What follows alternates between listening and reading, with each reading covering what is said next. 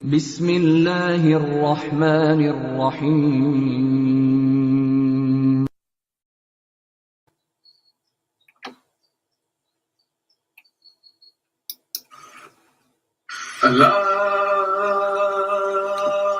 Allahu Akbar, Allahu Akbar. Allahu Akbar, Allahu Akbar. Ashhadu an la ilaha illallah.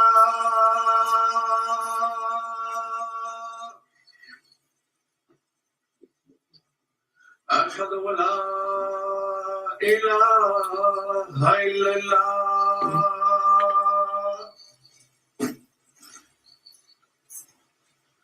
أشهد أن محمدا رسول الله.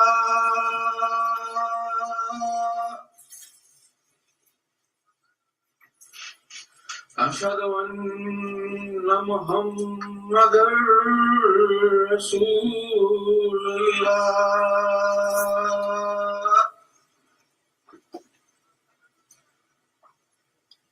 حي على الصلاة.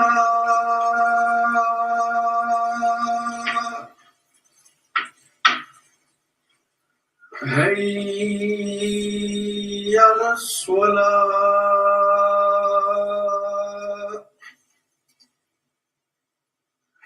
حي على الفلاح.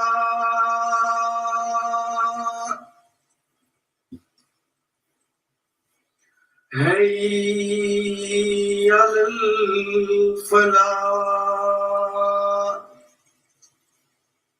الله أكبر، الله أكبر. لا إله إلا الله.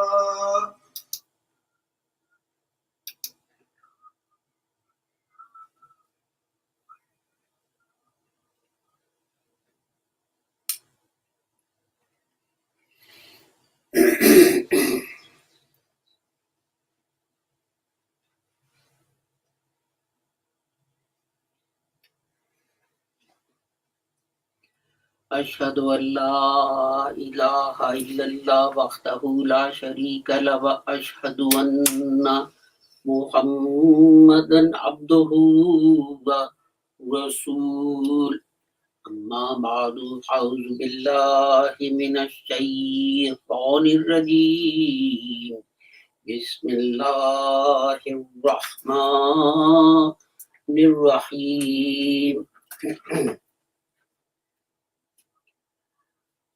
This is chapter 55, verses 43 to 45. هذه جهنم التي يكذب بها المجرمون يطوفون بينها وبين حميم آن فبأي آلاء ربكما تكذبان. This is the hell. This is the hell which the guilty deny. Round about shall they go between it and hot boiling water. Which then of the bounties of your Lord will you deny? Sadaqallahul Aliyyul Azim. Before starting the khutbah, I want to remind everyone, please, during your prayer, pray for everyone who might be in distress and in need, that Allah keep the whole of humanity under His protection. Now you see, as I said, this is chapter 55 of the Holy Quran, and its title is Ar-Rahman, the Beneficent. And it starts off with Allah speaking of the creation of man and God's bounties that have been bestowed on man. How God made man, how God endowed upon the man the ability to learn and knowledge and so on. And then towards the end of, I think, section 2, it is, let me check. Yes, at the end of section 2, it says, it has these verses. And people are confused by this. They say, how can hell,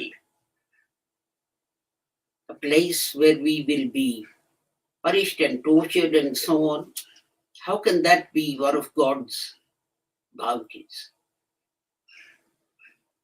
And that is because they misunderstand the concept of punishment or suffering the consequences of your own deeds. So let's take the example.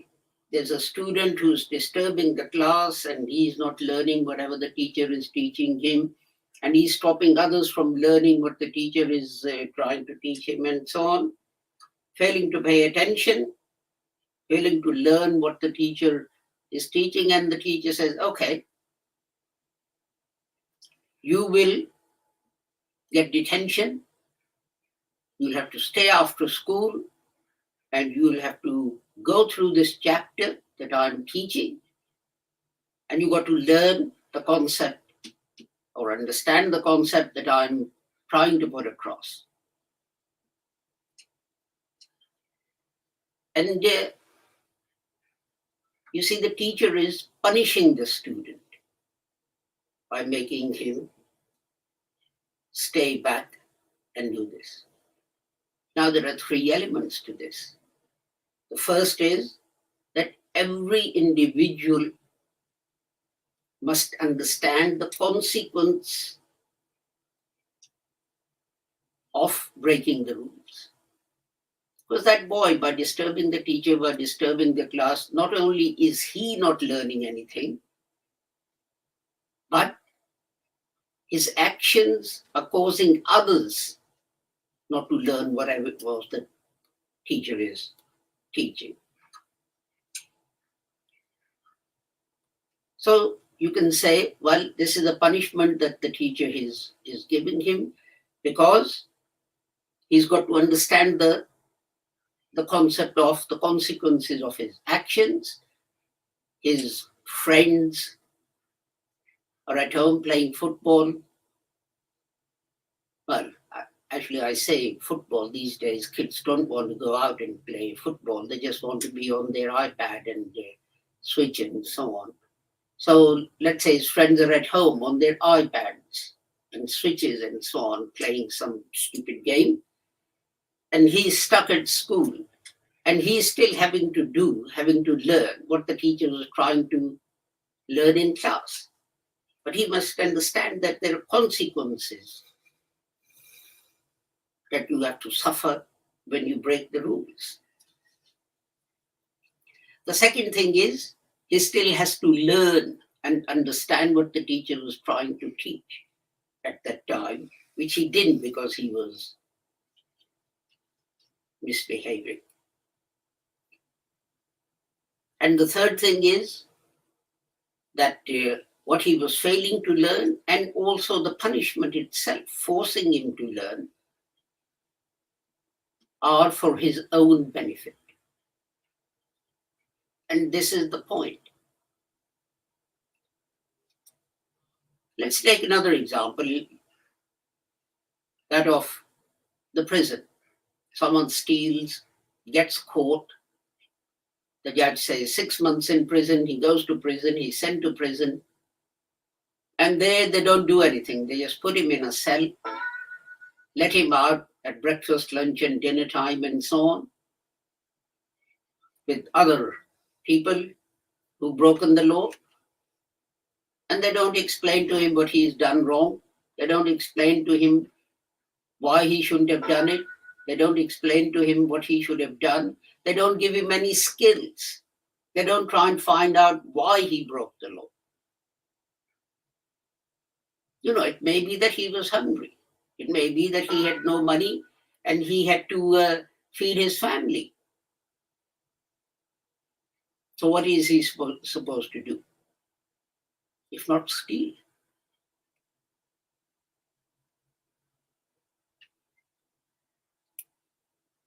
And so if no one pays any attention to the causes of the law being broken, of doing something so that one individual doesn't need to break the law again, I don't know, teach him a trade, teach him bricklaying or carpentry, I've heard of people who gone to prison and done degrees in law and other things.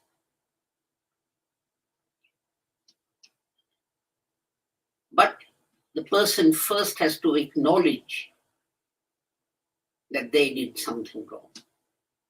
The society has to acknowledge if it had it played some part in this person breaking the rules. Did any one of the neighbors try to find out if his family had enough to eat, or if he had enough to eat, or whatever? And you see these poor people, people who are sleeping rough and so on, they're lying on the ground, etc. Some are selling the big issue, etc. And people just walk by. If you go to the town center, there is someone there trying to earn enough money by selling the big issue, and it's only £2 or £3, so that he can pay this charity for providing him with a bed and a hot evening meal. You're also shirking your responsibility to that person. And you see this, people just walk by.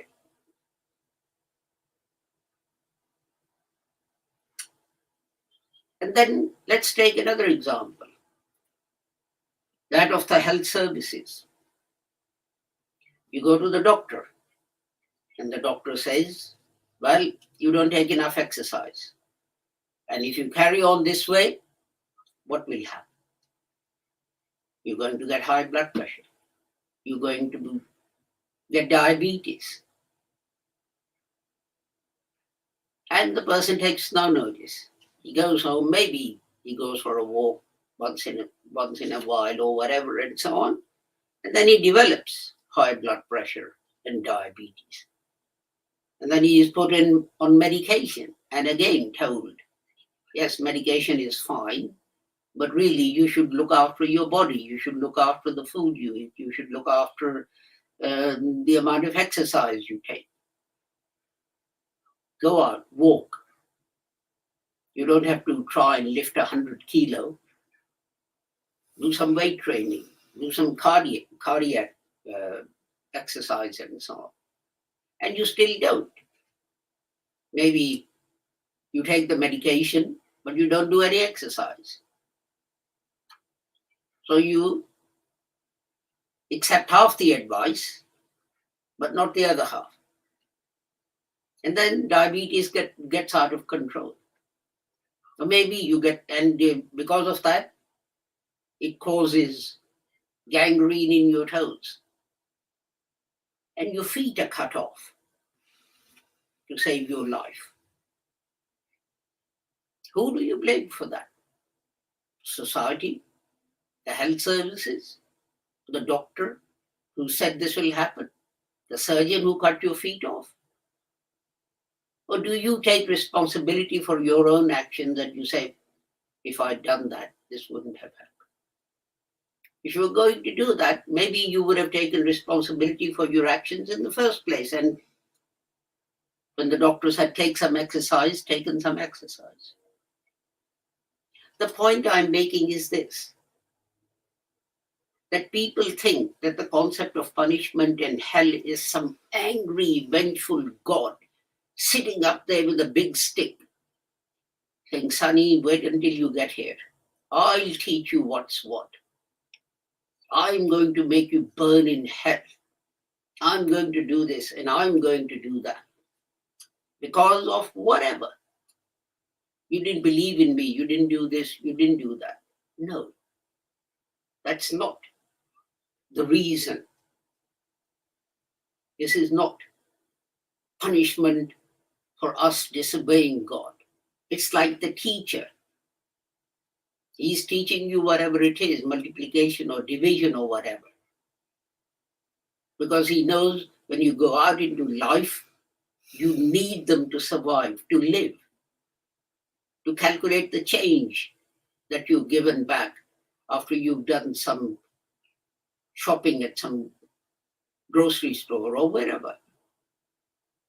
And if you don't learn it, what will happen? You will suffer the consequences. Your teacher is not angry. When you suffer the consequences, it makes no difference to the teacher. His salary doesn't go down. His promotion is not taken away. And that's the same thing. God is not angry. The doctor whom I disobeyed by not taking enough exercise, he's not angry. He just smiles and says, well, I told you this will happen. And it has.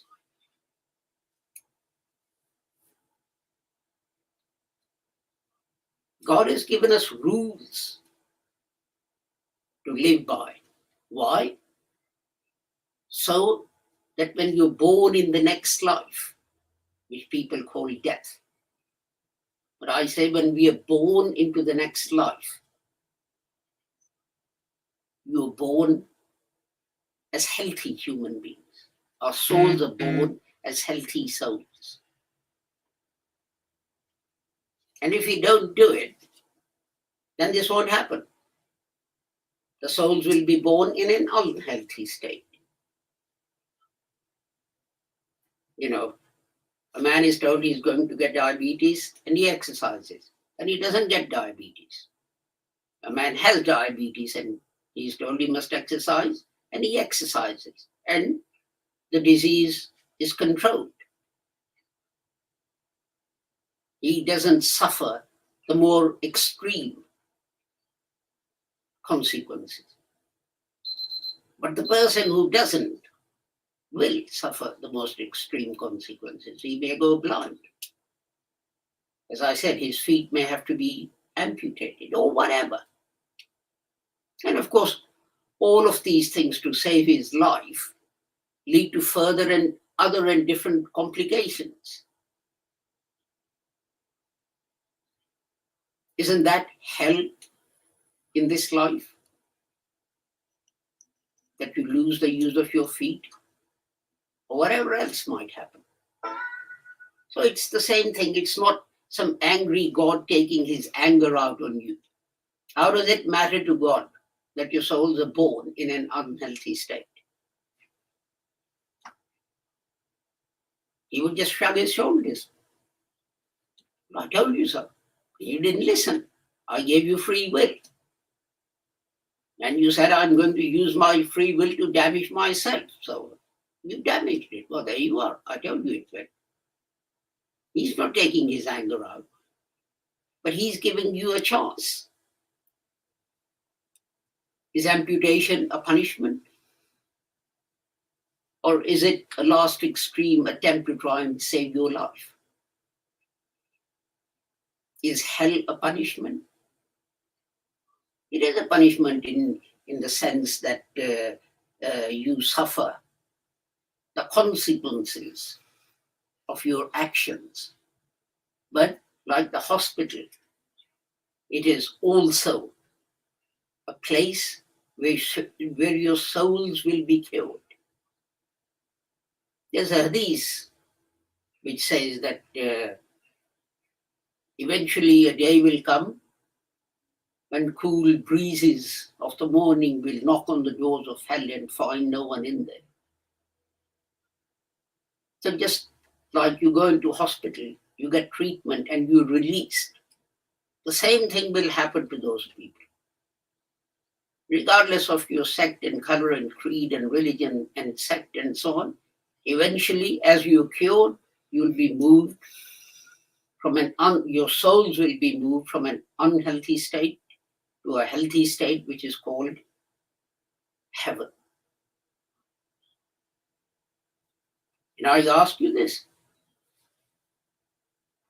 The teacher who gives you detention so that you may learn multiplication or division or whatever it is that you missed, is he taking his anger out on you? The doctor who puts you through painful treatments and operates on you, is he an angry surgeon taking his anger out because his wife didn't bake him breakfast in the morning? Or is it the consequence of your own actions? And this is the painful curative process you have to go through. But first you must recognize that you did wrong. So we must stop blaming God for everything. Otherwise, we should also blame the teachers, the lawyers, the police, the judges, our GPs, hospital doctors, anyone who gives us bitter medication to cure the effects of what we've done wrong. But why don't we blame them? Was it only reserved for God that we blame this angry deity sitting up in heaven, firing down fiery balls to punish us? بارك الله لنا ولكم في القرآن العظيم ونفعنا وإياكم بالآيات والذكر الحكيم إنه تعالى جواد كريم ملك رؤوف رحيم.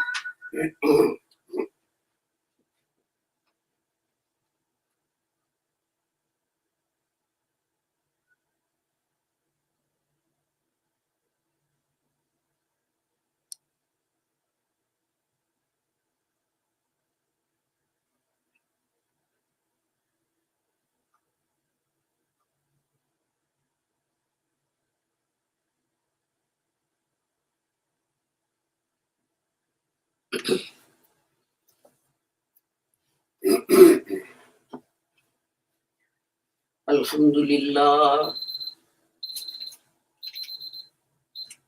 Alhamdulillah nahmaduhu wa nasta'inuhu wa nastaghfiruhu wa nu'minu bihi wa natawakkalu alayhi wa na'udzu billahi min shururi anfusina wa min sayyiati a'malina. Man yahdihillahu fala mudilla lahu wa man yudlilhu fala hadiya lahu. Wa ashhadu an la ilaha illallah wa ashhadu anna Muhammadan abduhu wa rasul. Allahumma salli ala Muhammadin wa ala ali Muhammadin kama sallaita ala Ibrahim wa ala ali Ibrahim innaka Hamidum Majid. Allahumma barik ala Muhammadin wa ala ali Muhammadin kama barakta ala Ibrahim wa ala ali Ibrahim innaka Hamidum Majid. Allahumma ansur man nasara dina Muhammadin sallallahu alayhi wa sallam waj'alna minhum. Waqsul man khazala dina Muhammadin sallallahu alayhi wa sallam wa la taj'alna minhum. Ibadallah rahmakumullah innallaha ya'muru bil adli wal ihsani wa ita'i dhil qurba wa yanha anil fahsya'i wal munkari wal baghi ya'izukum la'allakum tadhakkarun. Uzkurullaha yazkurkum wad'uhu yastajib lakum wa lazikrullahi akbar wallahu ya'lamu ma tasma'un.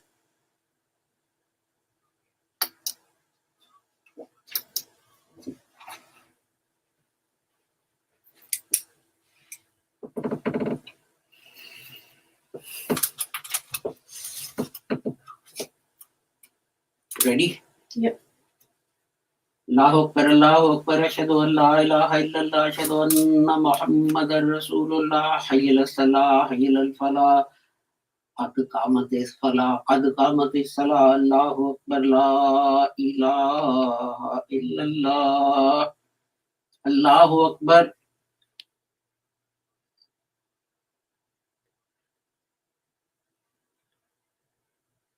أعوذ بالله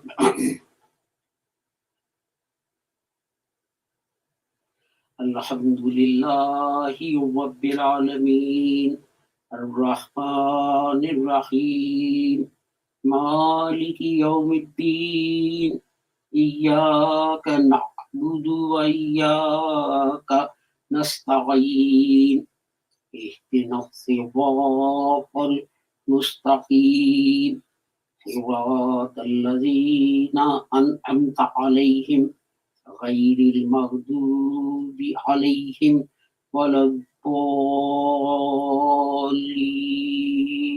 آمين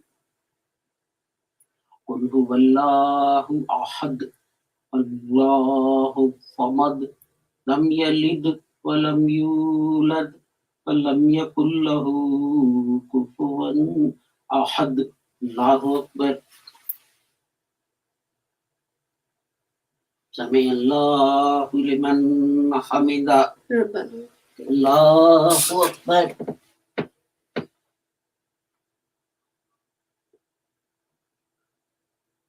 الله أكبر الله أكبر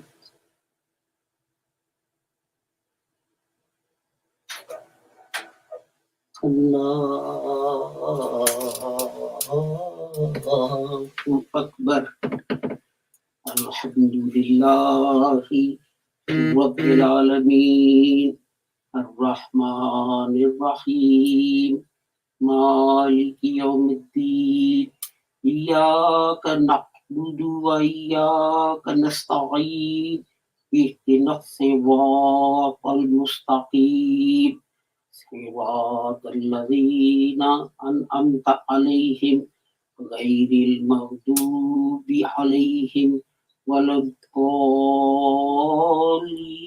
الضالين آمين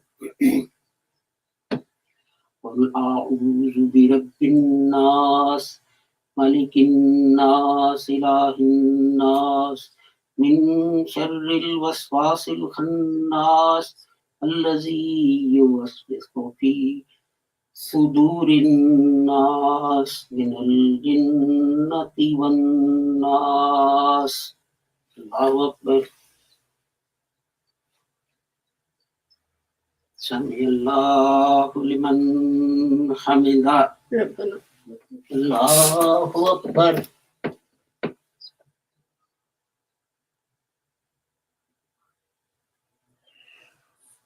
الله أكبر الله أكبر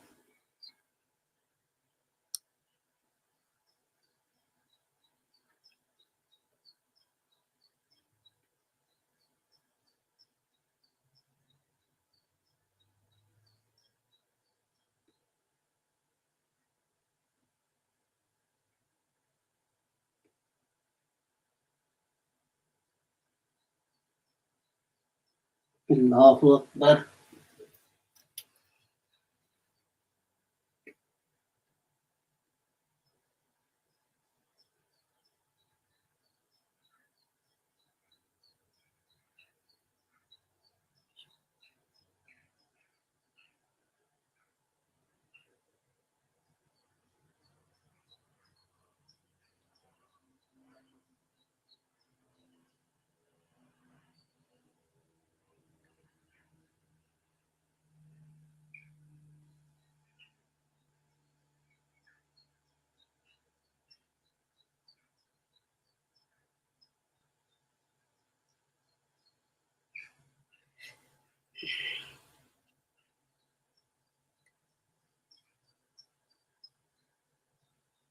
السلام عليكم ورحمة الله السلام عليكم ورحمة الله أستغفر الله أستغفر الله أستغفر الله ربنا آتنا في الدنيا حسنة وفي الآخرة حسنة وقنا عذاب النار.